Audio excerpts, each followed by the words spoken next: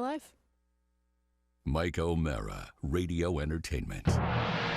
You can listen to The Mike O'Mara Show at MikeO'MaraShow.com. Let's get started. It's The Mike O'Mara Show with Mike O'Mara, Oscar Santana, and Rob Spiewak. Now, here's Mike. Welcome to The Mike O'Mara Show. We are enjoying our second decade of the show that has become a daily routine for thousands of listeners in great places like Old Orchard Beach, Maine, Lavernia, Texas, Malala, Oregon, Wheaton, Maryland, Rolling Hills, California, Winnipeg, Manitoba. We are on the air and delighted to have you with us today, ladies and gentlemen.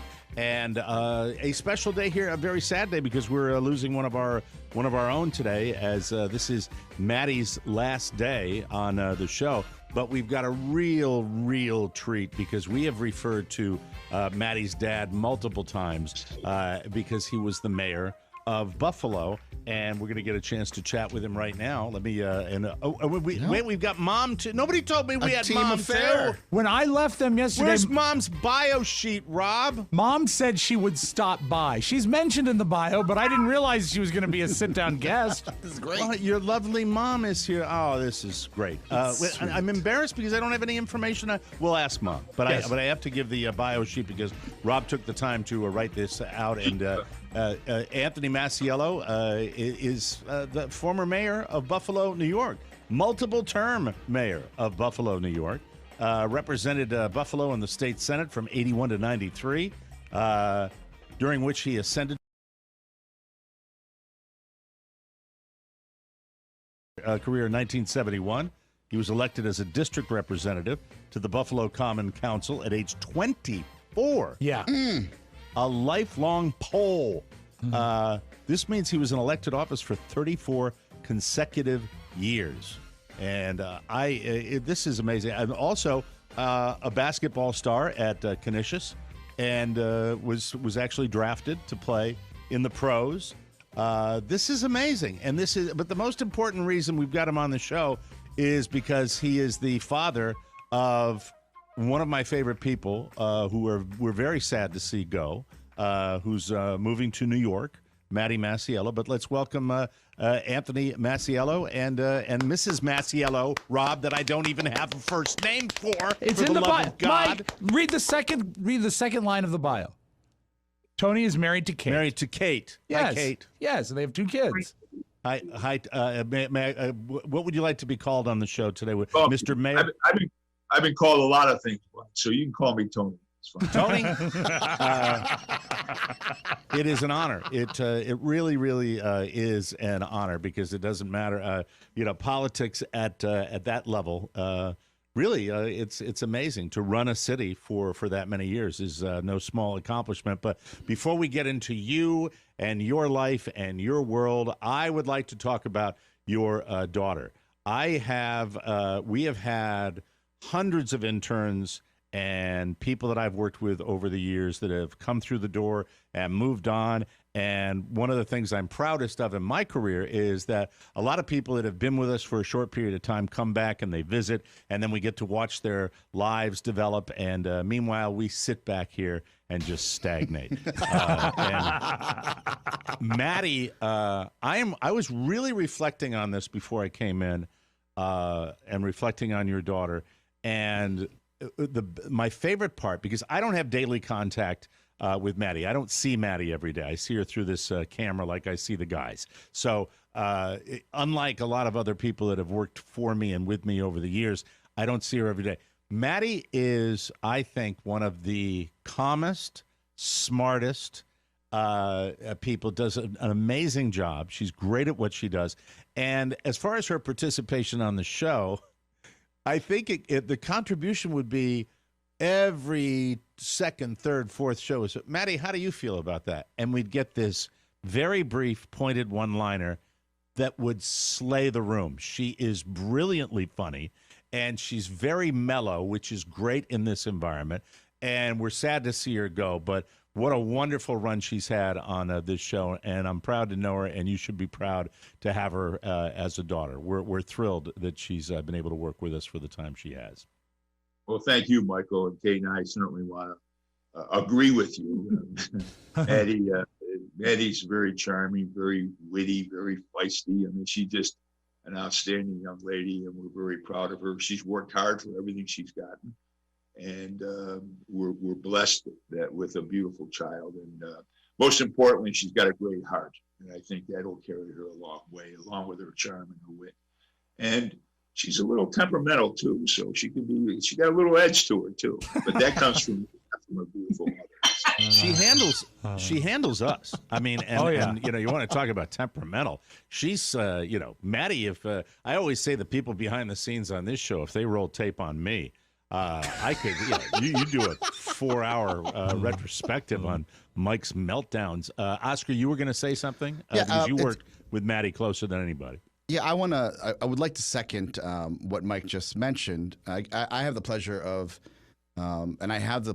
seeing Maddy's career evolution from the Mike O'Mara Show to Podcast Village, and how well she handles people from all walks of life, whether it's a presidential family or a startup podcast. She treats everybody with respect, and really the leadership skills that she has are tremendous. So I always wonder, and a key part of my job is to see how the soup is made. I want to see how people get evolved and developed in this manner. And for me, I was beaten as a child because I'm a Latin man. I'm not sure if that happened in your household, but we would like to know what the secret sauce is. Because she's a good kid. Yeah, she's so great. It's and Maddy. Maddy, are you embarrassed yet? I'm so embarrassed. Okay, good. That was the. You goal don't have too. to answer that question, Tony. I just wanted to say that whatever example you set for her, you and Kate, it clearly shows every day when she's here, and she is one of the best, if not the best, key players that we've ever worked with. Absolutely. Well, thank you very much, and Kate and I are very, very honored to have to be on your show today. But I think for Maddy, when I was mayor for 12 years, I mean, she was born, I think, in my third year of my first term. So Kate and I took our daughters, Ariel and Maddy, everywhere. They went to conventions, they went to dinners, they went to restaurants, they went to rallies. So they were always around people and good food, which, quite frankly, our daughters went from hamburgers and hot dogs to filet mignons and lobster tails at 5 years old. So, but she is a terrific young lady, and it's a great credit to her mother, who was the bad cop, and Dad was the good cop. So, that's true. Maddy, is that true? Was mom the bad cop? Oh yeah. My mom knows that too. It's all good. Were you, Kate? Proud Kate of was, as far as the siblings were concerned, was Maddy the difficult child growing up? Each child is unique, and I think That's a yes. Oh God, what a politician's wife that is, right? have to find their way. So that's what we tried to do in every way to make sure that they had the grounding, the roots, and then the wings to fly. And that's the key, Oscar, in making sure that you grow up intelligent, contributing adults. Thank you. Oh man, and, Wow. Rob, do you Yeah. got- I Mike know and you Oscar have wanted to say said a lot of nice things about Maddy. I'd like to offer some counterpoint. How in the world can you raise a daughter that doesn't like the Beatles? Where did that happen? Mom, you don't like them either. Her mother doesn't like the Beatles.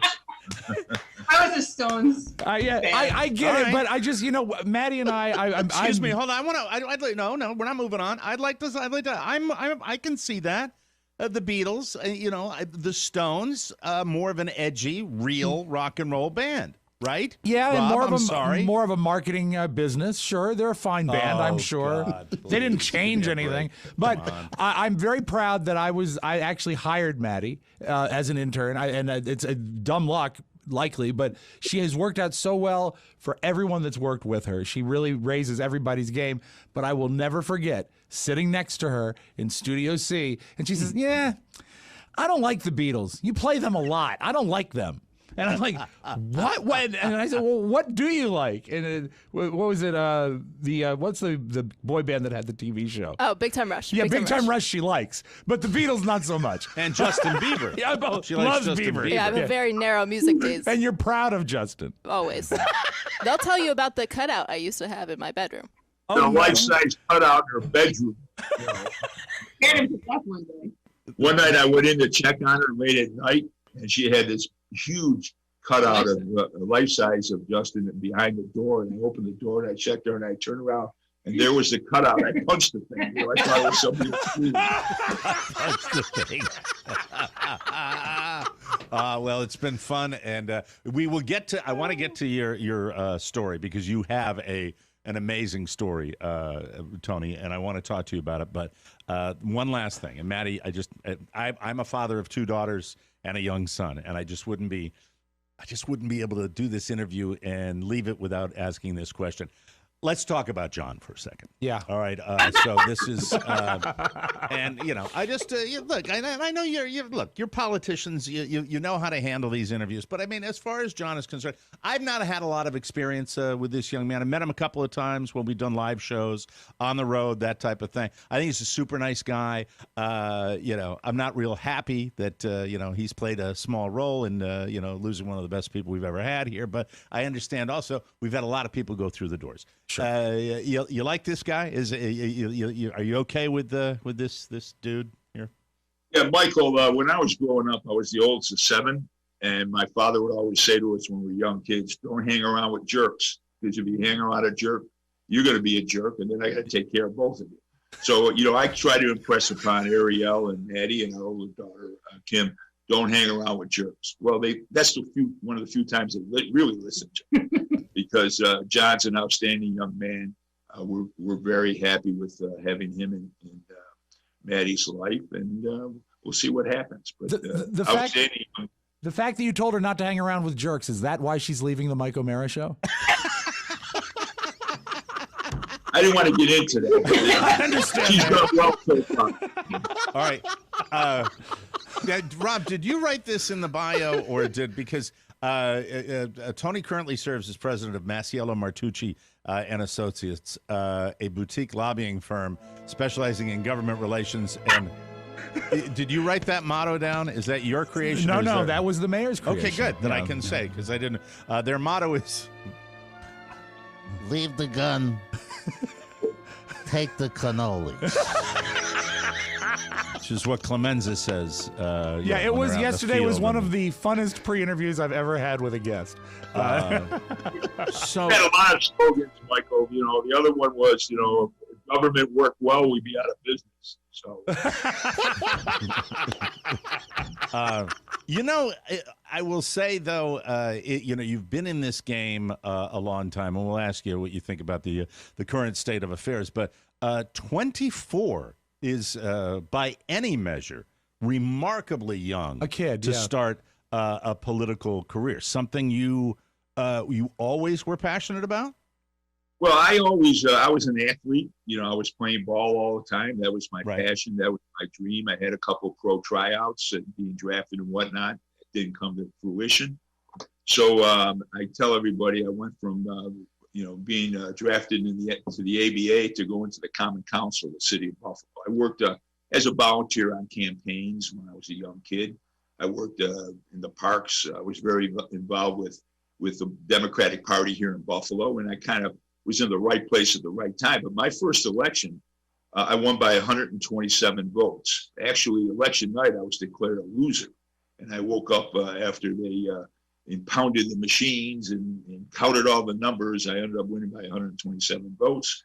And I was on to a career in government and politics, which I loved because it gave me the ability to transfer that passion and energy from sports and athletics to politics and government. And it was very challenging, very competitive. I'm a very competitive person. And it worked out well. I'm blessed.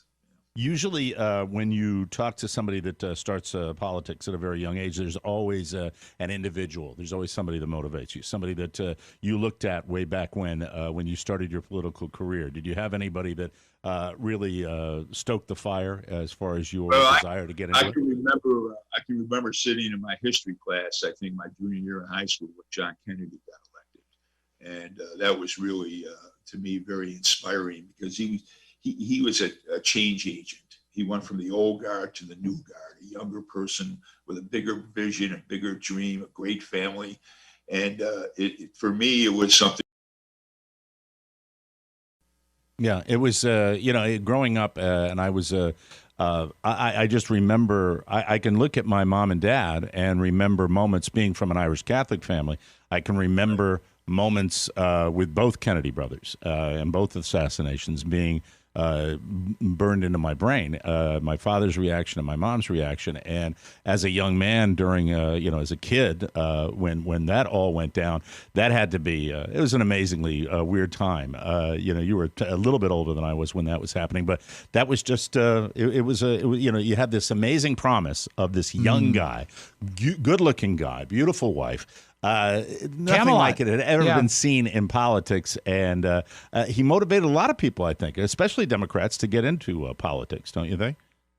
He certainly did. And one of my favorite pictures, though, that I still have is a picture of myself meeting for the first time Jacqueline Kennedy Onassis when I was in the state Senate. And that was, and I've been fortunate. I've been with a lot of people who've done a lot of great things in government, and I'm blessed by that. But I do have that picture I really cherish because she was an outstanding woman, and she was a change agent too. She began to bring a different attitude and different vision to the White House. And to be honest with you, my wife was the best first lady of the city of Buffalo. She did outstanding things in our community. Besides raising our two beautiful daughters, she was very involved in our community also, and really left an impact. When we spoke yesterday, I'm sorry. Go ahead, Rob. When we spoke yesterday, you mentioned a number that blew my mind. How many elections have you been a candidate in? I'm 23-0. 23-0. Now, when you talk about that first, you see that? There's a little of that swagger. There's a little of that Italian swagger there. 23-0 from Buffalo. Don't you forget it, Rab. When you talk about that narrow margin for that first election, the 120 some votes. Of those 23 elections, does it ever get easier, or is it always a nerve-wracking night for you? I've always wondered what it must be like to live through an election night when you've got so much on the line. Yeah, it's nerve-wracking because you never know what's going to happen. You don't know the turnout. You don't know if it's going to rain. A lot of my elections, because Buffalo is a big Democratic city, was determined on primary night against other Democratic candidates. So you're always concerned about, can I get my vote out?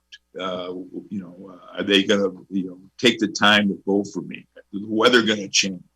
But we always had a great team effort. We had a great army in the streets. We did things the old-fashioned way before technology came. So, it was nerve-wracking, very concerning, but a great relief at the end of the night. Sure. I would say also that there's, always the unexpected. During your second primary election, it was 9/11. That's right. And we were voting that morning on our way home when. Oh my God. Oh, yes, wow. I didn't know that was going on. As far as, and this is a question kind of for both of you, but when you, I've always heard that being a mayor of a major American city is unlike any other elected office. It is it's amazing control and power on the very, very local level. I've always been fascinated by people that do that work on that level. And what would be, in your opinion, all the years, 3 terms as a mayor, the most difficult thing about that? What was the thing that you had to work hardest at to be effective? And you have to be effective if you get elected for 3 terms. Well, I was a change agent. I replaced somebody who was mayor of Buffalo for 16 years. It was 1994. Things were changing. And I was a change agent. So obviously you had to take on a lot of institutions that, quite frankly, especially in Buffalo, New York, really didn't want to change. whether it was work rules, whether it was technology, whether it was balancing budgets, whether it was reshaping government, downsizing, right sizing.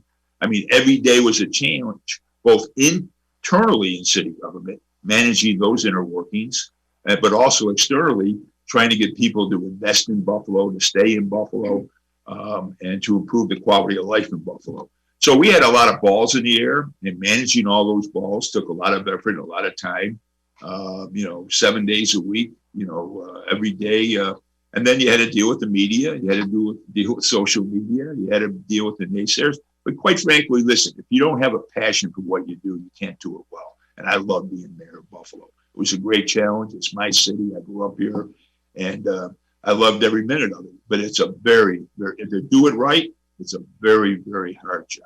Because lots of times you got to say no. Yeah. And I give you 10 stars for snow removal alone up in that city. I mean, that would be amazing. We can handle that without a problem. There you go. See, that's it. People that are from that part of the world, that's the attitude. Whereas DC, they go nuts. Before you ask your question, Oscar, I want to ask Kate. Kate, what was the hardest thing for you? Being married to a lifelong politician, a 3-term mayor, in the spotlight all the time. What was the toughest part for you? Being in that role for that long. I think it's always hardest to watch people criticize somebody you love. I mean, you can take it when it's directed at you, but if it's at somebody you love, that kind of tiger mom comes out, tiger wife. And I would sit for hours in the middle of the night and write responses to things, letters to the editor. And, I'd feel better after I got out, and I'd show him and he'd go, you can't send that. And I'm like, yeah, I know. But I would at least vent, and it was cathartic for me. And that's how I dealt with it. Go ahead, Oscar. I know you had a question. Yeah. Look, I can now see a little bit after speaking with you here. I can understand a little bit more why Maddy who she is today. There is one big question that Maddy hasn't answered, and I'm hoping you guys can over the years. Oh, God, here we go. I was trying to keep this civil. What's going on? Who came up with, and what is the punishment bowl? I haven't even heard this one. This is great. Yeah, this is good. Right here, the top will answer that question.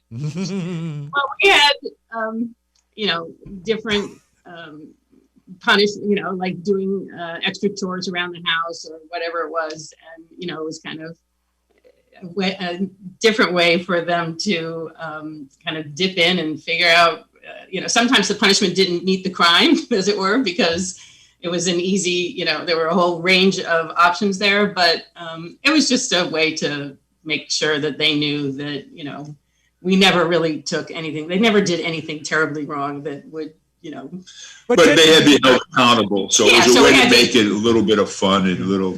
But Maddy, will you back up that story about the punishment bowl? It sounds like they soft pedaled it a little bit. The worst punishment you can get at the time, and I don't know why, it was no deal or no deal for a week. That was so you could watch TV. Yeah, it was just deal or no Howie deal. Mandelzo. I don't know what was going on in our house, but that was the worst one. And I pulled that once, and I was sad. Well, it sounds like a reward to me. And I was sad. That's such a peaceful household. It's really cool. I want to ask a couple of questions about your political career when you bumped into Bill Clinton, because Rob wrote at the very end, you have a compelling story about a mobster and a necktie. But before we get to that, and I will not be able to do my job without getting that. As far as Bill, I noticed when I went to a fundraiser with Bill Clinton speaking, and he had amazing charisma. Yeah. Even after all the controversy, he had amazing charisma, and people kind of gravitated to the guy, even with all the scandals. That's how you know you got charisma, when you've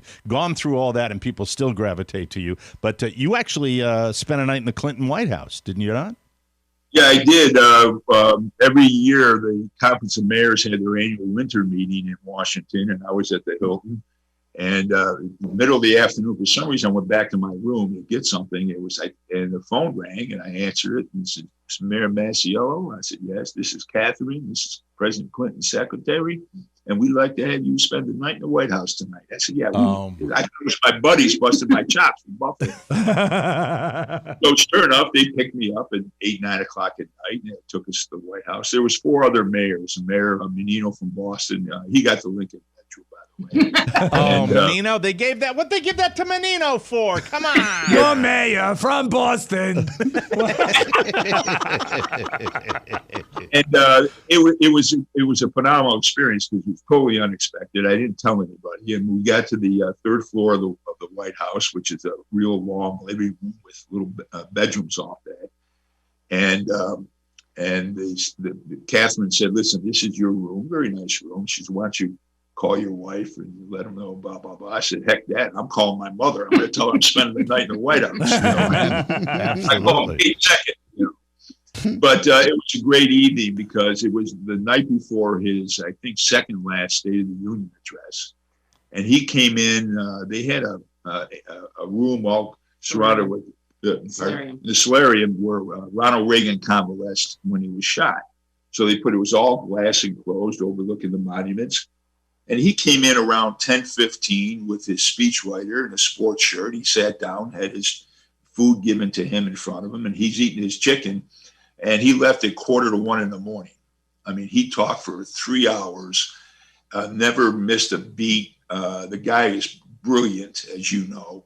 Right. He's a great storyteller. And it was just around the time when they were trying to impeach him. And I remember him eating his chicken. He said, "Yeah, Senator Livingston, you remember him? He had scandals himself. And then there was Newt." He goes, "Yeah, they tried to get me, but I got them." He kept going. But I was very, very fortunate to spend the night with the White House. But I did a lot of political work for both Bill and Hillary in New York State. So they're good friends of mine. And the guy is brilliant. I haven't met a elected official or anybody as smart as he is. Yeah, everybody I hear tells stories. My friend Colonel Michael Colburn, who ran the President's Own, the Marine Band, tells a story about Bush. It sounds eerily similar that they're talking for that long because it's almost like they're venting. They're blowing off that steam because of that pressure cooker that they're in there. All right, I can't get you out of here without the compelling story about a mobster and a necktie. Please share that one before we let you go. When I was in the state Senate, I was chairman of the Senate Democratic Campaign Committee. So during that election year, they would send me to all the different Senate districts in New York to check on the campaigns, to check on the candidates, make sure everything was going all right. So I was in Utica, New York, and we had a campaign going very strongly with a challenger we had in the race. Senator, her name was Maxwell, I think. Mm-hmm. Anita Maxwell. So, at the end of the evening, we went to some political rally at an Italian restaurant in Utica. And, it's a typical neighborhood Italian restaurant. Everybody's eating, everybody's smoking, everybody's drinking. I'm at the bar and I'm networking with everybody. And this one guy, well dressed, nice suit and all this. "Hey, I really like your tie, Senator." I said, "You really do? Here, you go, buddy." I did, took it off. I wrapped it around his head. And, that was it. Well, several months later, I'm sitting in the Senate chamber and I'm killing some time and I'm reading the newspapers, and all of a sudden, oh my God, there he is, blown away over a bar in a restaurant. He's blown away with bullet holes, and he's got my tie on. So it was a mob hit in Utica, New York, and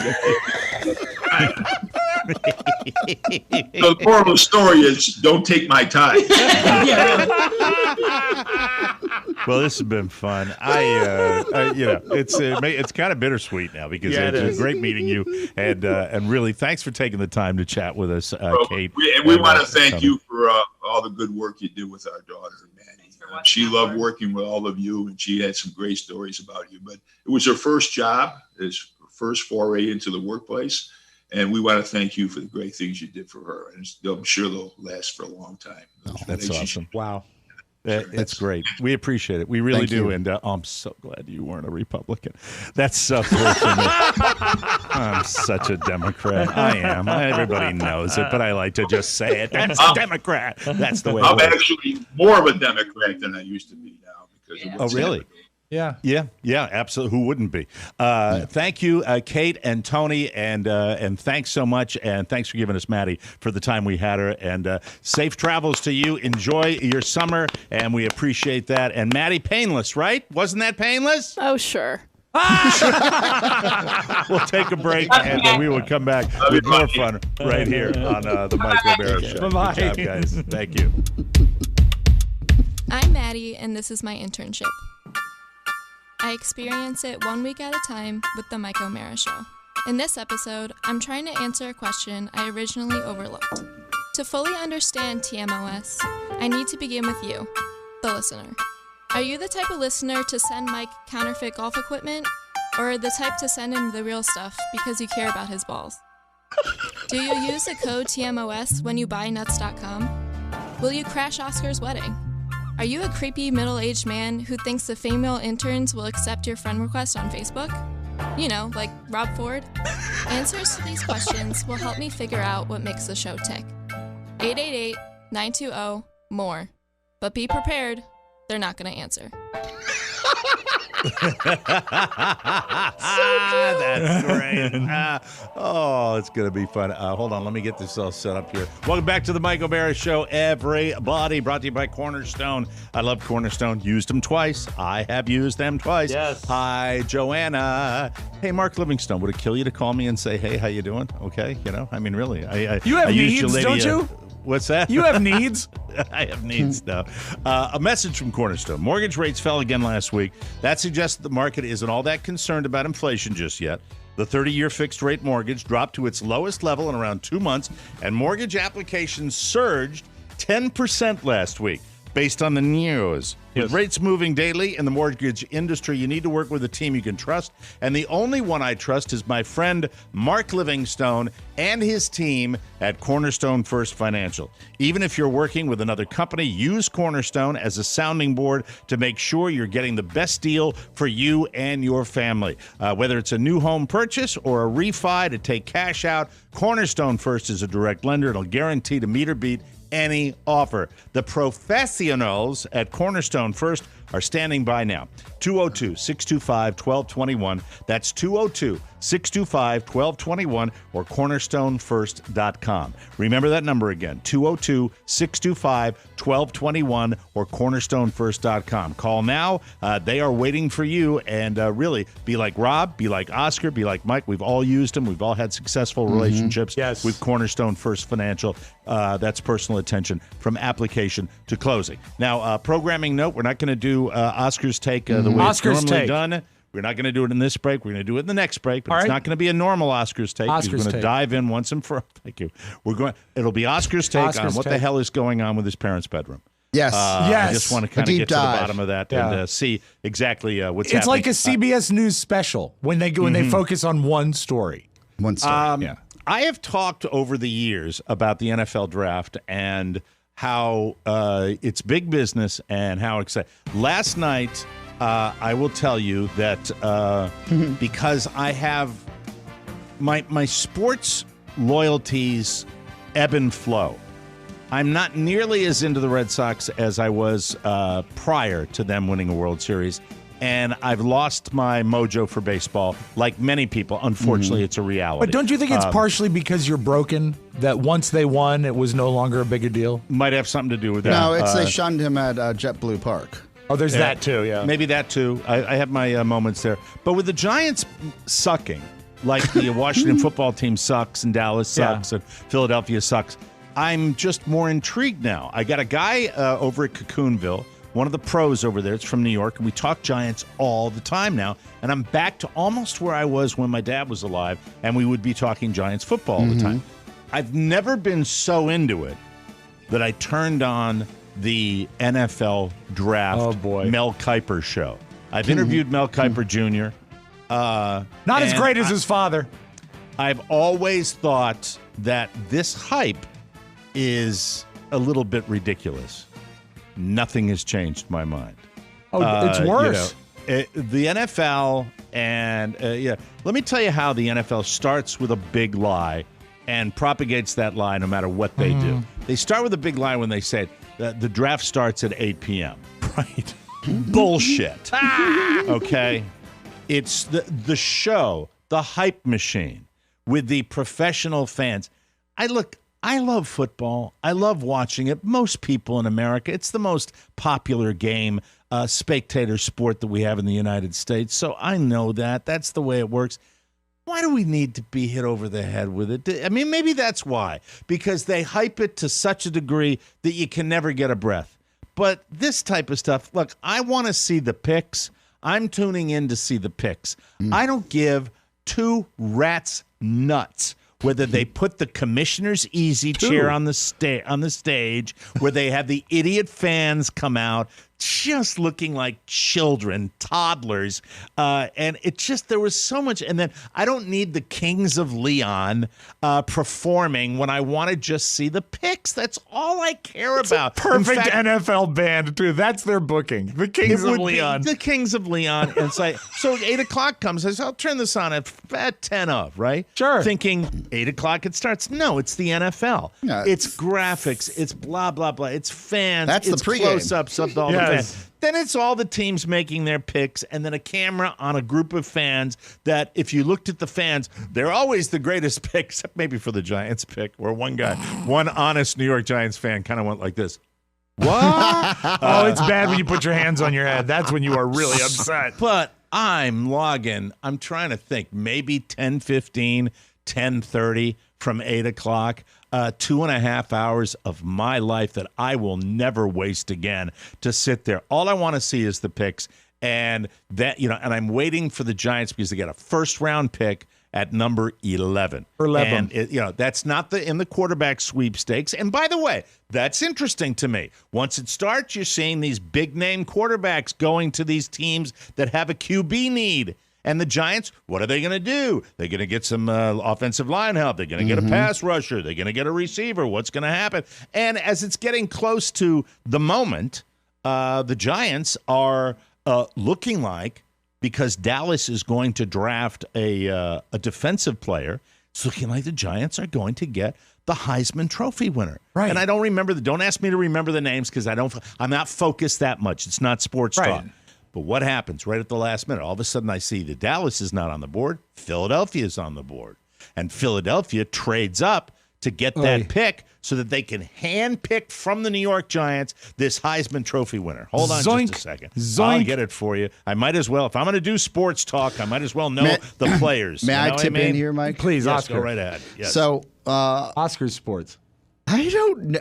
I liked last year's draft better than this year. Oh, because it was so last virtual? Sedate. Last year's draft was it was more compelling to see how they were going to pull off all of the AV for all of these different teams and players' families, and how, remember, we still were in the depths and the grips of the pandemic, and you weren't supposed to have more than just your immediate family sitting next to you on the couch, and then you could see your uncle or someone's uncle hiding behind a partition, so they weren't on camera, but they were on camera, so you could figure out who was actually throwing a party, and who wasn't. I get it. So you watched it like the moon landing. It was just whether they could do it, not what was going on. Who's breaking the rules, and who has the nicest setup at home? That's what I loved. Mike, I knew that the NFL draft was problematic back when I worked at WJFK. They covered it live one year. This is the Larry Michael era of the Washington football team. It's a big deal. And they decided to cover it from the press booth at the stadium, at FedEx Field.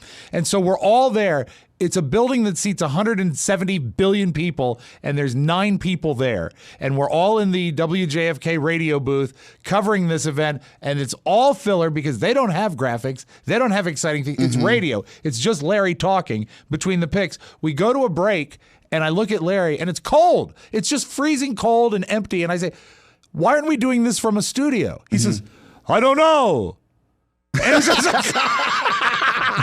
I don't know is the answer. That was his answer. We were there for 3 flipping hours. It was the worst night. But it's just like, there's no reason that we're here. There's no crowd. There's no excitement. It's for the fact you could have just said broadcasting from the state. I know. It's for the future. Yeah, I get that. Put a little echo on it, but I don't know. To me, it's That's just an exercise, and of course, we plenty of room for commercials. Plenty of room for commercials, even when they're going to do. So they interview every one of these guys that gets drafted, and it's the Snickers interview. It's the Snickers interview. Sponsored by the candy bar? And now let's go. Snickers present. Oh, God, every time. God knows how much they paid for that. Probably paid a lot. This is a key takeaway from any draft, whether it's virtual or not. Right. If you see they're in these little. I guess yesterday they were in these little honeycombs of the before it used to be a small little ballroom. Right. We had the families all sitting around these tables. Right. So everybody was really close. But Like with a COVID wedding now, reception. Yeah. With COVID now, you have them these little waiting areas. The families. Right. What I couldn't tell right away, because I guess they didn't have enough coverage. I saw a couple of them virtually. Is my favorite thing out of any draft is when the player gets drafted, he looks around because he's getting the information real time if he's there or if he's at home, and then the girlfriend is holding on really tight to his arm because that's her man. And Do you analyze the girlfriends, Oscar, when you're watching that's all this? I'm doing, Mike. Yeah. And then how quickly once the individual player gets drafted, how if I can tell how much tighter she squeezes onto that arm before he's going to let go and stand up and hug his mom and dad. But it is certainly something from a sociological, like interpersonal side where you're like, okay, is she going to be here once the season starts? Yeah, well, Philadelphia took the guy's name was Devontae Smith, Heisman Trophy winner, Alabama wide receiver, and the Giants then weren't going to get their big wide receiver because Dallas, a division rival, and the Philadelphia effing Eagles screwed the Giants again, just like Eagles, they screwed fly, them when Mike. they laid down to the Redskins. The Washington football team at the end of the season. So the Giants at that point bail out. And they trade with the Bears so the Bears can get what they want. So the Eagles are getting what they want. The Bears are getting the quarterback they want. The Giants settle for another wide receiver. And, of course, always with the Giants, tremendous talent, the kid from University of Florida. But some character issues. Of course, Giants. It's just a bad organization with a dumb general manager. As a rule, It Mike, is. though, a football team is an organization, and the Giants are no exception. That's a healthy organization mentally. So if you have issues going in, you're going to get better. Well, it sucked. And It's fun when you're at a bar with your friends that really care. Like that's easy when to grin. That's when it's fun. I suppose if I went to like a Giants bar down here, and but I don't know whether I'd find one down here. But imagine that. Even if you're in DC and you're like, oh man, I hope they draft. Like when we were in the grips of being on terrestrial radio and we were doing draft specials or draft shows from bars. It was an appearance fee, and it was also another reason where you had to pick whatever beer was sponsoring the party, whether it was Corona, Modelo, whatever it was.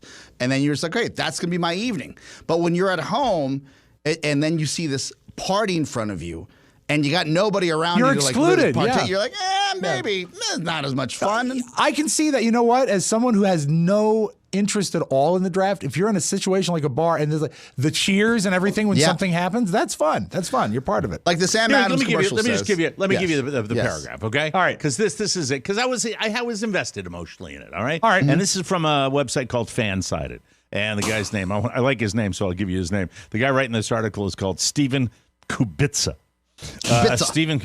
The NFC East is truly running wild because Philadelphia traded up with the Dallas Cowboys in order to jump ahead of the New York Giants. The pick, Alabama receiver Devontae Smith, who was easily a perfect fit for the Giants. Wow. So this is after my 1 hour and 15 minutes sitting in my ass waiting for pick number 11. That's what happened. They conspired. Two of the other teams. Fun Mike, draft. The excitement's not over because you got a couple more days of the draft. Oh, boy! I won't be tuning in. The real breakout news, even before the draft started, was the report that Aaron Rodgers wants out of Green Bay. He wants out.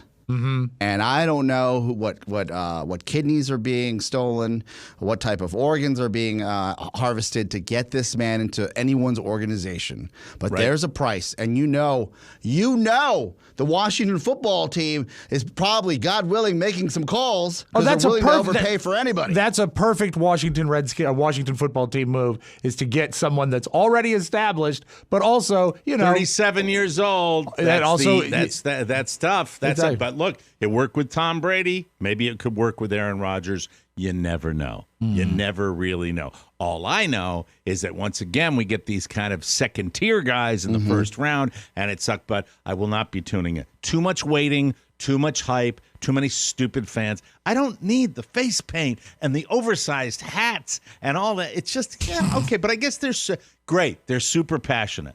I maintain what I've said for years and years. Getting on a plane, flying to Cleveland so you can stand out in the cold because you're waiting for a speculation move, which is really what it is. Yeah. I don't care if you're number one or whatever. If you're the greatest quarterback in the draft, you're still speculating. You're still speculating. It's hope springs eternal. I understand that. This is the first year that I remember when we've done award shows in the past, and we found out that they have like pretty people and stand-ins that they pay to be down in the front. Yeah. Yeah, they had that at the NFL. They always had that special area, ka-ching, ka-ching. Yeah. But this year, with those little groups of fans that were representing every team, Mike, I sat there and I was skeptical. I was like, right. I'm coming out of a pandemic, travel restricted in some ways. These are actors. These are actors that they hire for each team to show everybody that the we're NFL. Never trust the NFL. Hello. We all watch it, but I'm don't representing the Ravens of Baltimore. Oh, what a wonderful pick that was for me. Yes, it is. Yes. All right, we have to take a break. When we come back, we are going to really dive into Oscar's take with a true examination of what the hell is going on in his world and his life. I got a few stories here for Oscar's take. And I might pepper them. Depends. If we have awkward moments, but it's what we do on this show. We'll be right back, everybody. For your consideration. Brie, American, Gouda, mild cheddar, Camembert, Provolone, Baby Bell, Parmesan, Mascarpone, Burrata, Feta, Ricotta, Gruyere, Asiago, Gorgonzola, Havarti, Monterey Jack, Stilton, Swiss, Fontina, Pecorino Romano, and Buffalo mozzarella. She didn't name all of the cheeses, but she named enough of the cheeses. She's Madeline Masiello, the queen of cheese, only on the Mike O'Mara Show. Playing all our promos today, aren't you, huh? Yeah. Aren't you a sweetie pie? Anyway, did you know 1 in 3 Americans suffer from nausea? Oh, did you know that? And all of them hate it. If you can relate, you got to check out Relief Band. Rob is wearing one right now for his headaches. I have a story, actually, about the Relief Band, Mike. Since we've last discussed it, when Mrs. Spiewak booked my flight to Miami, because she is cost conscious, she put me on multiple small planes. Small. I'm talking small, Arthur. To Miami? Yeah, and I connected through Charlotte. And on the way back... God. Well, Mike, that's what happens when we pay $27 round trip. On the way back, How many hours did it take you to get to Miami? Could have drove a little faster. Oh, my God. But the pilot, first of all, when I actually did get down, and I asked the flight attendant if I could get something to drink, and she says, no, turbulence are going to be too bad for any beverage service. And then the pilot gets on and says, we're going to have a bit of a chop. Departing Charlotte to Dulles International, I would qualify the entire flight as moderate to heavy turbulence. Wow, and I'm not a great flyer anyway. But when he has a small plane that's going into chop like that, thank God I had this thing. Because I saw people rocking and I saw green faces and I was uncomfortable because of the chop, but I wasn't nauseous. It was great. This thing works. This Relief Band is the #1 FDA-cleared anti-nausea wristband that's been clinically proven to relieve and prevent nausea and vomiting associated with motion sickness, that Rob was just talking about, anxiety, migraines, hangovers, morning sickness, chemotherapy, and so much more. It's 100% drug-free. That's awesome. Yeah. Non-drowsy, zero side effects. The technology was originally developed over 20 years ago in hospitals. Relief Band stimulates a nerve in the wrist that travels to the part of the brain that controls nausea. And then it blocks the signal that your brain is sending to your stomach.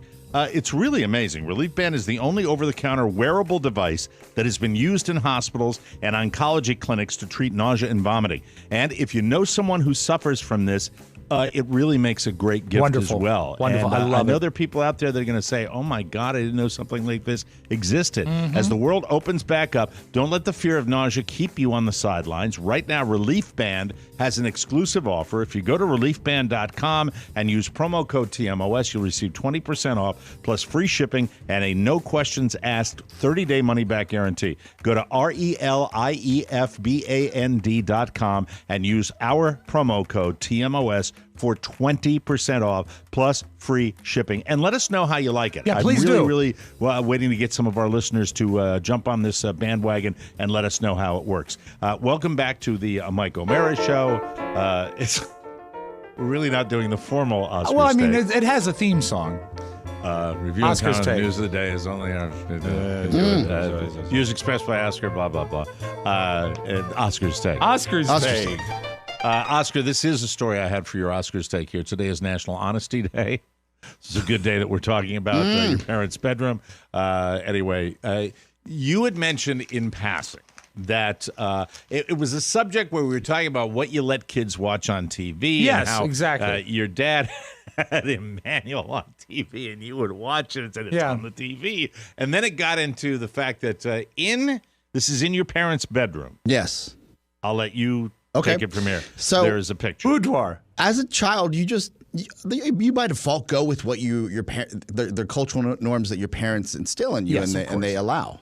Nudity was not something that was taboo, and maybe it's cultural, but it certainly as I grew up, I realized that certain things weren't like my other friends' houses. They just weren't.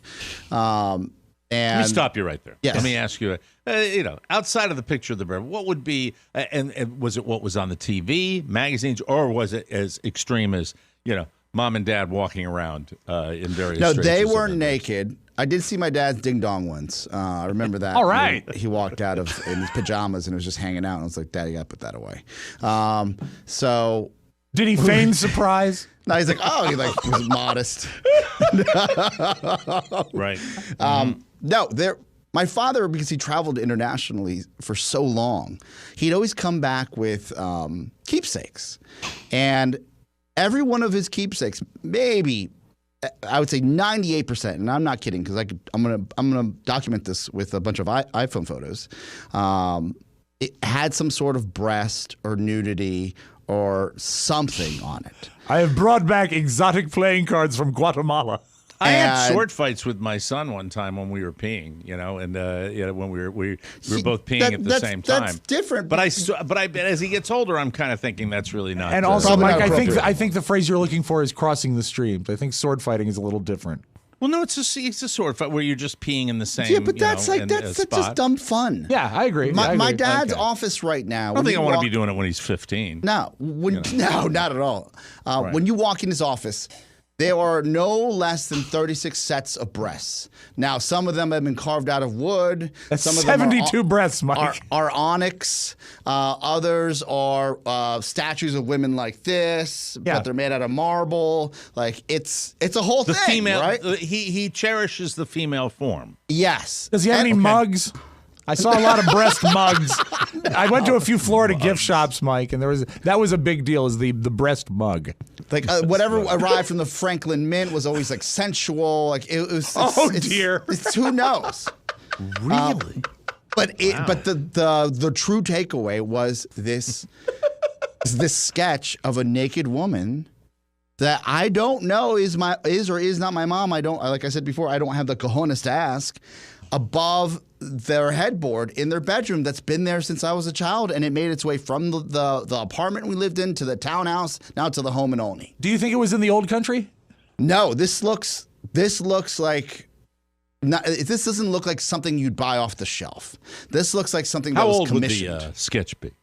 Oh, at least I would say no less than 45, 50 years old. Like it's there.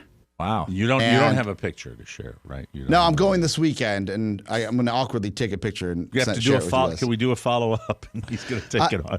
But you have speculated. When did you first think maybe speculation that was someone?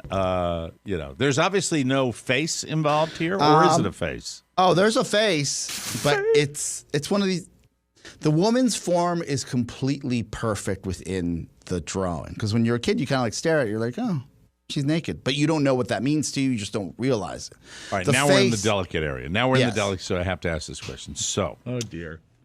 Well, it's been one of those. Hey, look, I've been negotiating a lot of parents today. Okay, I understand. I can handle this. I understand. Okay, here it is. When you look at the picture, is it plausible from your mom when she was much younger that it could have been her? Was your mom? This is a horrible question, but was your mom? Oh, my mom was a smoke show.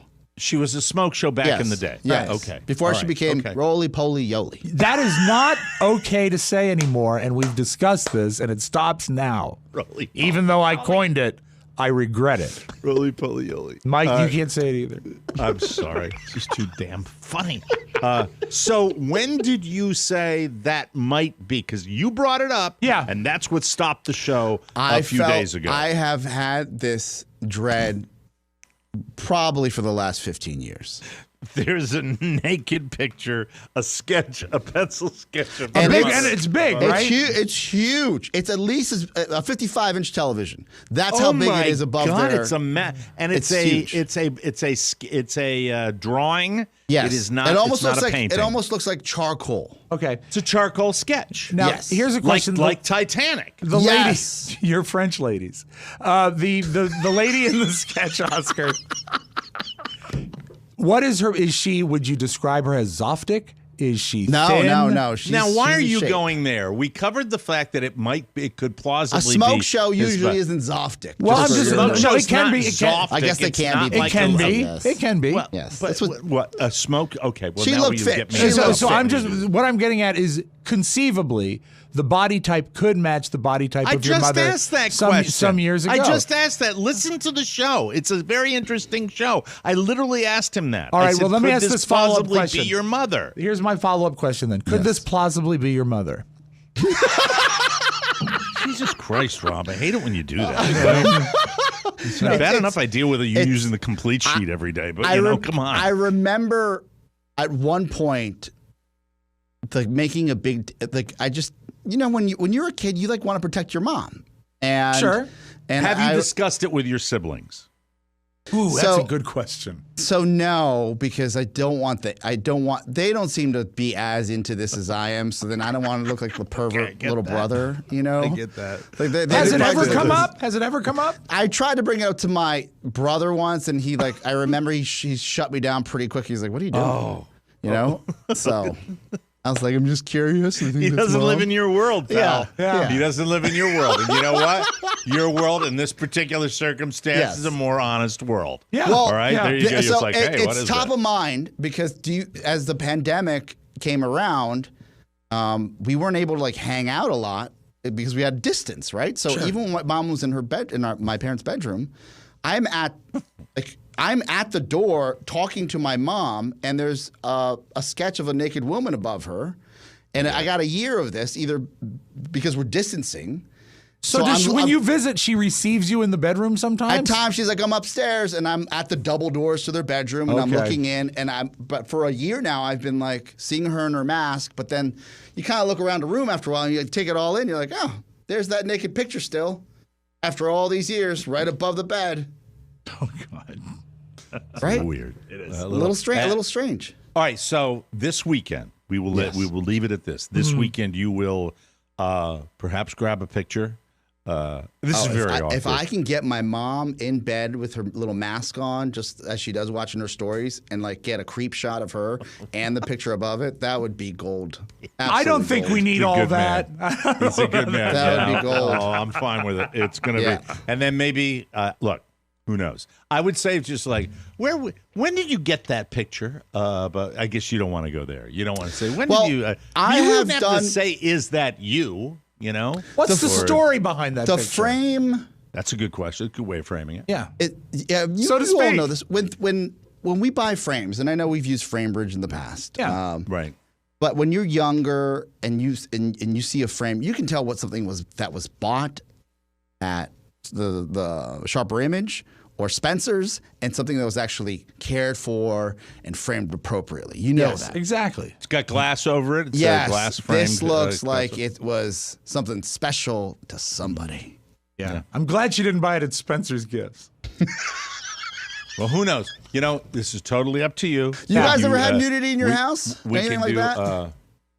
No, I don't know. My father raised by Jesuits. You know, as far as the went to school, sex was just so verboten. My dad has a picture Remember of Marilyn my father Monroe. said the C word one time, and I almost had a nervous breakdown. Really? Yeah. I don't know how you feel with those C's. Daddy, why do you say that word? Oh my God. My father has a framed picture of Marilyn Monroe, but it's tasteful. She's in a bathing suit, so it's Your not. father is an outlier, and we could do an entire show on your father. Seriously, He's Johnny used that word, by the way. There are Hornaggio. FBI profilers that say, "Oh, that's just HBS." That's right. Yeah, he won't go on an airboat ride, but he'll say "yay" to every piece of ass on the internet for 500 miles. That's the way He that loves goes to cheer. every time. He's like He one of does. those fans at the draft. Yay! Great bathing suit photo. Yay for Kelly. All right. Anyway, we'll take a break, and we will come back with a little trip down to West Virginia. Hey, And, buddy. Rob's almost at the finish line with his kids. Scary. Got the last one going off to school, and his kid is going to where Oscar went for a couple of years. Yes. West Virginia. And yeah, going to be a mountaineer. We'll talk about that when we come back right here on the Mike O'Mara Show.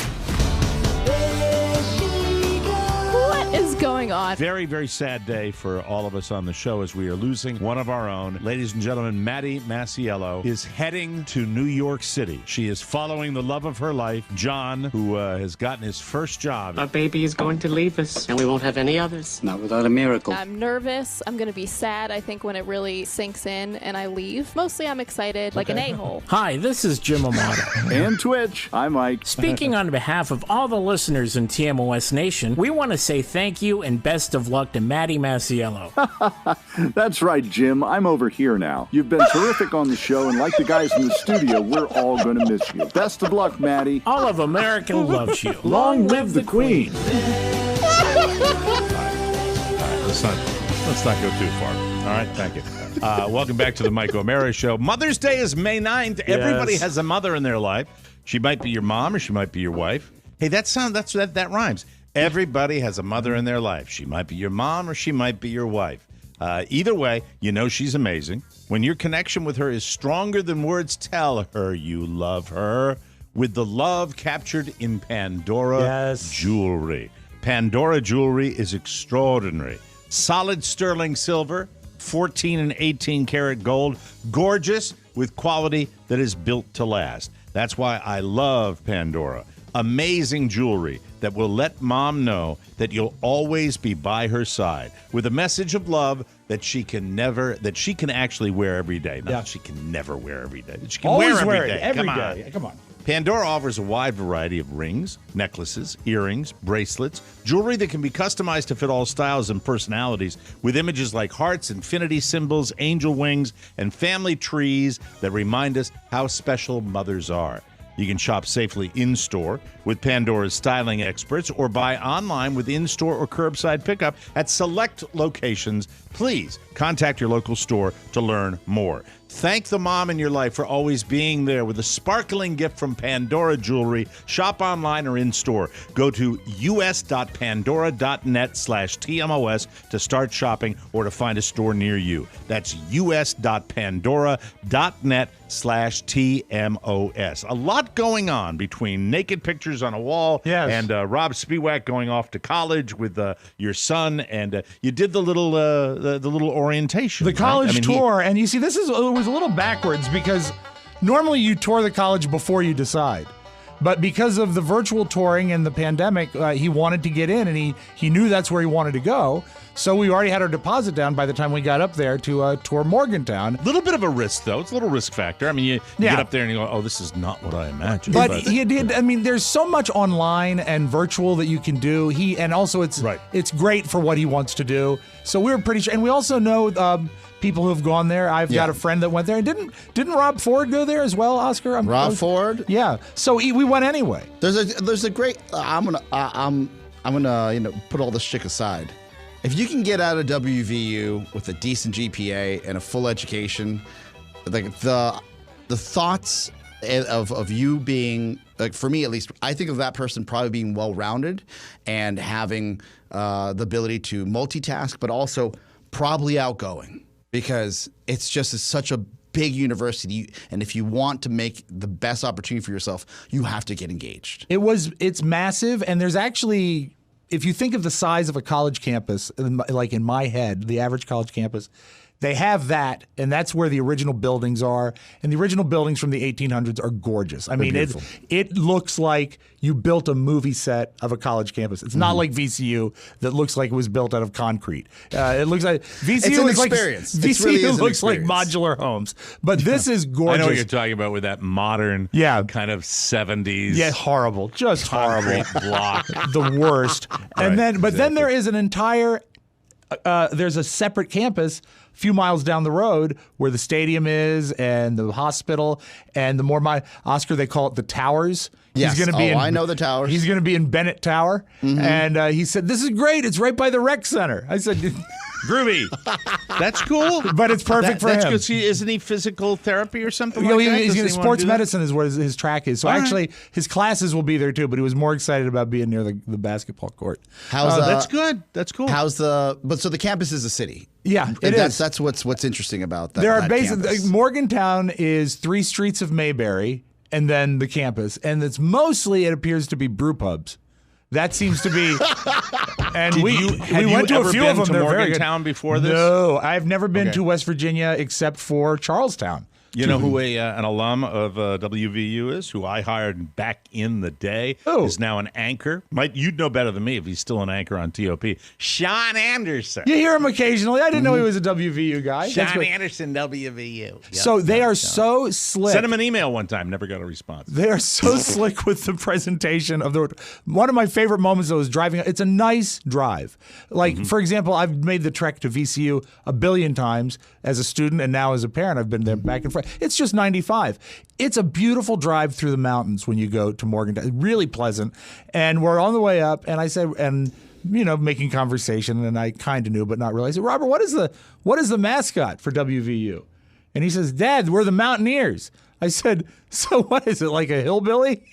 He said, "I don't think it's a hillbilly. Let me bring up an image." And he goes to his phone. You didn't know that going? I knew it was a mountaineer. I was just sort of poking at him. And so he brings up an image, and it's the guy with the rifle and the fur, the coonskin. I said, "Congratulations, Robert. You're a hillbilly." So true. That's the nice word for hillbilly is mountaineer. Mountaineer. Yeah. And you can really, even on a virtually abandoned campus, and there weren't many students up there because it was right around spring break time and there's a pandemic. When you drive by that stadium and see the size and the scope of what their football program is, your jaw drops a little bit. It's big. It's NFL big. And I used to run around that stadium like for do laps. It was a fun workout, and you could hear the team practicing with fake crowd noise in there. They pipe it in? They pipe it in. Oh, that's great. Prepare them for the game. Oh, that's great. And it's inspiring. You're like, this is an NFL stadium, and Morgantown becomes the largest city in West Virginia when the Mountaineers are playing at home games. The game days, and Robert's already put in his deposit for his season tickets. He gets a deal for being a student, and he's going to go up for some games. I would love to go to a game because the only college game. Maryland, they're playing Virginia Tech. That's the one you can't get tickets to. They got Oklahoma. They got Texas Tech. They have Baylor. They're playing Texas Christian. Iowa State. Hello, Iowans. They're playing Iowa State, Oklahoma State, Kansas State. They're playing the University of Texas. This is a big program. Yeah, he's going to be part of that. Something I've always wanted to be. Wanted one of my kids to go. The only college game I ever went to is when we went out to butterfly classes. When we went to Iowa and we went to the game when we did the KCJJ road trip, and it's such a different experience. And I can't wait for him to be a part of it and to see it. But I will say this: the young girl that gave our tour, and it was combination walking and bus, and we didn't actually get to ride on what is the people mover? The PRT. The PRT, Mike. They have got a Disney-sized railroad, like monorail system that covers the entire city of Morgantown, and students getting these little yellow boxes with wheels. swipe like a card, and it jets them anywhere in like a minute and a half. And they had been closed down for the pandemic, but they were running test runs because they're about to be going. And so we're like driving across campus to go somewhere, and we look, and there's this empty yellow box shooting across the sky. And Carrie said, I got a picture. What about the hills? The hills, I would hate to have a manual transmission in that town. Because a lot of the roads are 45-degree angles. It is on a mountain, and you can do some walking when you're there. We did. I did a lot of walking. It was I didn't care for it, but the bus ride was nice. The lady who did she was a senior in the hospitality industry, so she was a really good tour guide. But make no mistake, she was Sue Heck from the TV show. What is it called? Oh God, why did I blank on it? Who's Sue Heck? Because your booze-addled brain doesn't pull it. My apologies, Mike. The Patricia Heaton show where she was the fuck me. You just flamed out. I did flame out. Completely flame out. But I will say this: she did a great job. The middle. 45. The middle. That's it. The middle. She was Sue Heck. They were ranked 45 in 2020. Well, I mean, it was a bad year, clearly. But they were very, very focused on the tour, where they would say something like, and if you look to the left, you will see our campus housing. And whenever they say look to the left, I would look to the right to see what they're making us not look at. So he said, if you look to the left, you will see another example of student housing. Meanwhile, immediately to our right, 24-hour Asian massage. God. And if you look to the right, you will see you'll see the hospital off in the distance. And I look to the left, and it says 24-hour cannabis clinic. So there's a lot of stuff going on in Morgantown that if you look to the right side of the bus, you'll see, but you might not necessarily on the first Don't glance. they have strip joints in Morgantown too? Don't they? Yes. It's a kind of common. It's a campus, and I'll say it again, that it has a lot. And I had a big personal talk off air with Rob about WVU. I appreciate it. I passed some of this on. Yeah. And it was a lot. Some of the shtick we talked about on air. Yeah, but the pitfalls. I said, please talk to your son about, because I have friends that didn't make it through WVU, and they were well accomplished and ready to do something great in their life, but they got completely derailed their freshman year. Yeah, because so much going, a lot of distractions. It's a lot of freedom. It's a lot of freedom at any school, but at WVU it's more so. Yeah, it is so isolated, and the school is the town. That's the town. That's and getting and any angst on the part of your son. I mean, how do you think he's handling all this? What's he feeling like? A dozen times in different ways and at different places, I said, "How you doing? Are you excited?" He says, "Dad, this is going to be so great. It's going to be," and it was just, he is even more so than his sister, reserved and not prone to show emotion and joy. He's very cool guy, quiet guy, not as expressive as his sister. And he was so smiley and outwardly excited that as a dad, it made me feel very proud of him. Very proud. That's good. Of him. And you've given him freedoms where I don't think I think the kids that have the full-fledged meltdowns are the ones that literally come from a very, very strict background. Sometimes they never experience anything and they don't know how to handle it. So and also Robert has had his occasional missteps. He has had his occasional missteps and transgressions, but he has been an exceptional kid for the past couple of years, and I couldn't be any more proud of him. And I feel he is truly ready if he would just shave that mustache. He's got a mustache? Barely. You don't see it because he's masked up all the time. Okay. Yeah. Can you send me a picture over the weekend? I tell you what, Mike, if you can find an old picture of him drinking milk, that'll be the same. It just looks like little Put some cream on it, have the cat lick it exactly. off. That's the way that goes. All right, that old line. Well, that's it. Way to go, Robert. That's cool that he's going to a big school with a big program. And a 24-hour massage. Do the kids get free tickets to the games? No, you have to pay tuition. You have to pay a modest fee to get reserved seats. Mm-hmm. Yeah. Okay. Very good. We'll take a break. We will come back with the last digital dumpster of the week right here on the Mike O'Mara Show. It's Family Day. I'm Maddy, and this is my internship. I experience it 1 week at a time with the Mike O'Mara Show. My time at TMOS is almost over, and I've been reflecting a lot on what I've learned. Rob has taught me how to read copy, Oscar taught me how to be myself on air, and Rofo has taught me to stay as far away from boys as possible. But while I've learned a lot, I'd like to think I've had some impact too. And I have to wonder, how is the show going to function when I'm gone?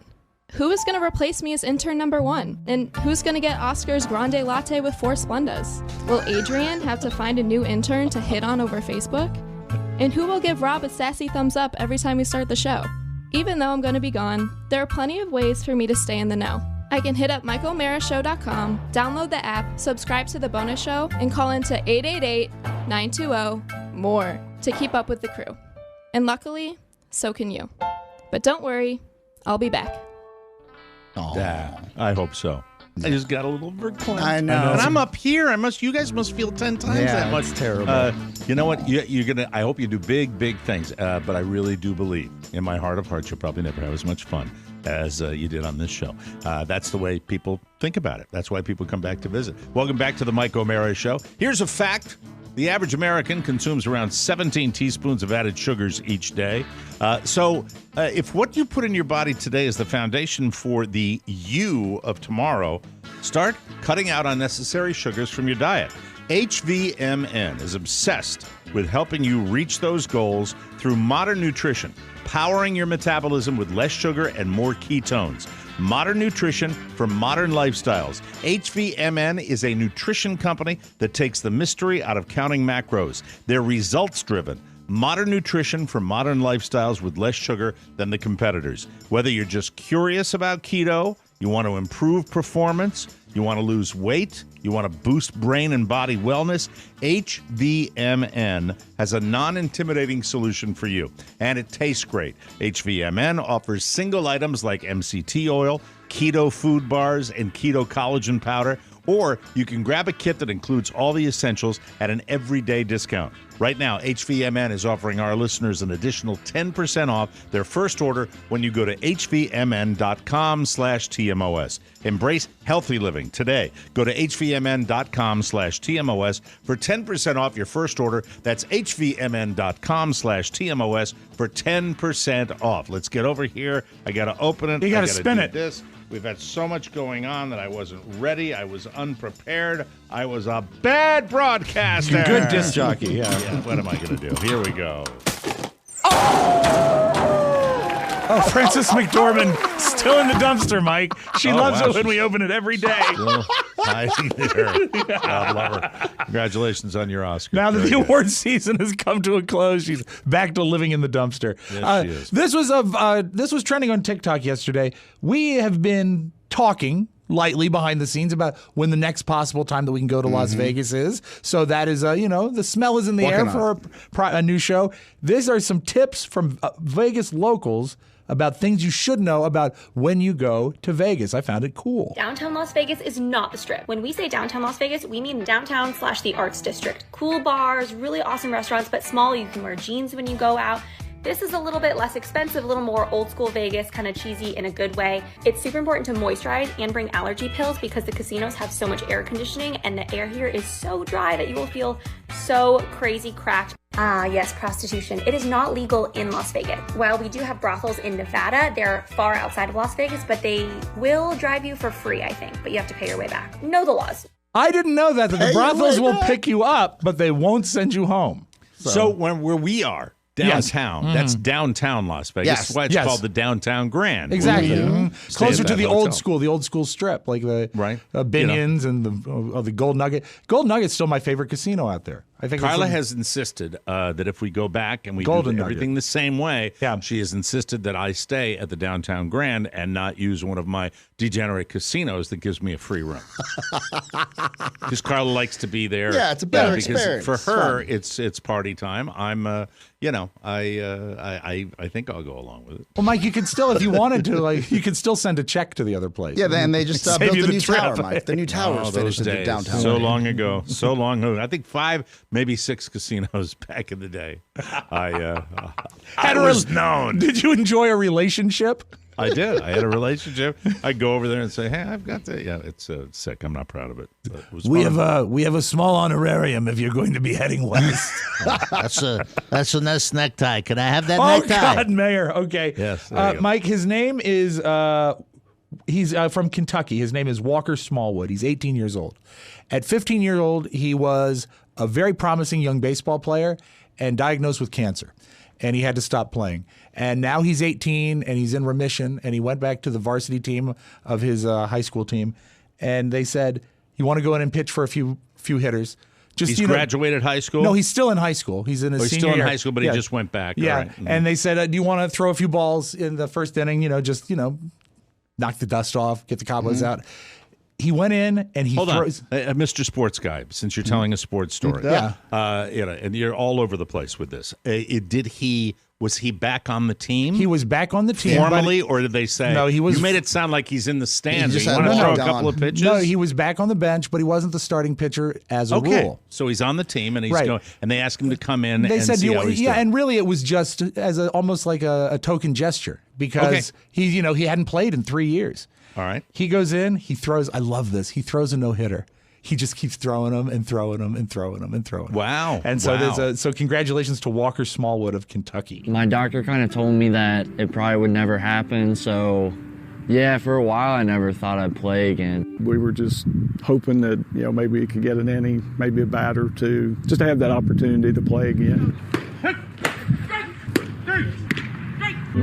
Coming off the mound, I definitely had tears in my eyes, and when I saw my parents, I didn't even know what to say. Many prayers answered to get us to that point. Not to have that happen, but just for him to be where he is now. I know the digital dumpster is not normally a place of happiness, but I really love that story. I love the name. He's got a pro's name, Walker Smallwood. Yeah, there so you cool. Go. So That's cool. right. Smallwood was my nickname in college for a while too. In the locker room, right? Funny. Yeah, absolutely. Everyone I was ever in. All right. Hey, here comes Smallwood. See you. Can I have a towel, please? Gathering speed. All right, let's close with this. Guess who turns 83 today? Who? Bugs Bunny. Oh, it's isn't Bugs that Bunny's exciting. 83rd birthday. And Are you doing the sex tape? Are you doing the sex tape for Looney Tunes? No. Okay, just checking. All right, right. because don't say it like No you didn't spoiler see it. alert. I saw it too. Yeah, but You it saw too. wasn't funny. Yeah, he looks like no, I have no idea what you're talking about. The thing that I saw too. That's Mr. Watch out. He's sneaky, and we always have to monitor him from now on. That's the way it is. Yeah. What are you talking about? Yeah, this is the thing you probably saw at the same time I did. Yeah, and this it's morning. not funny. But so It's I wanted to not play funny. something Thank you. funny with Bugs Bunny. That's all I was doing. I That was rhymed, sharing that yeah. with you. They had a sex tape where they edited up Badly. Looney Tunes, and it was very, very hack. It was Horrible, very, horrible. very hack. All right. So, to celebrate the 83rd birthday of my favorite cartoon character, Bugs Bunny, here he is with Yosemite Sam, the classic piano bit. There's your piano, Rabbit. Now let's see you play it. See, there's explosives wired to the piano. No, that's not it. Try it Okay. again. So the bit, for those of you that are not Looney Tunes fans, is the correct note is wired with an explosive. Dynamite. So, dynamite, so that when Yosemite Sam hits that note, he will be blown to kingdom come. Well, he's challenging Bugs to play the piano, and Right. Bugs continues to mess to make up. the mistake, Yes. luring Yes. Yosemite Sam into play the correct note. Because Yosemite Sam has a notable temper. Yes, and he will be out of the way. Bugs will be out of the way. Exactly. So that Yosemite is blown. And even talking about it, it's funny. But it's even funnier when you hear it. I'm going to Thank start it from the front, Mike. you. Very good. There's your piano, Rabbit. Now let's see you play it.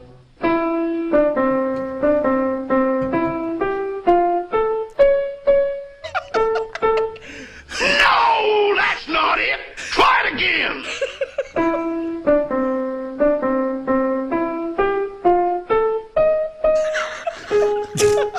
Oh, you stupid rabbit. Like this.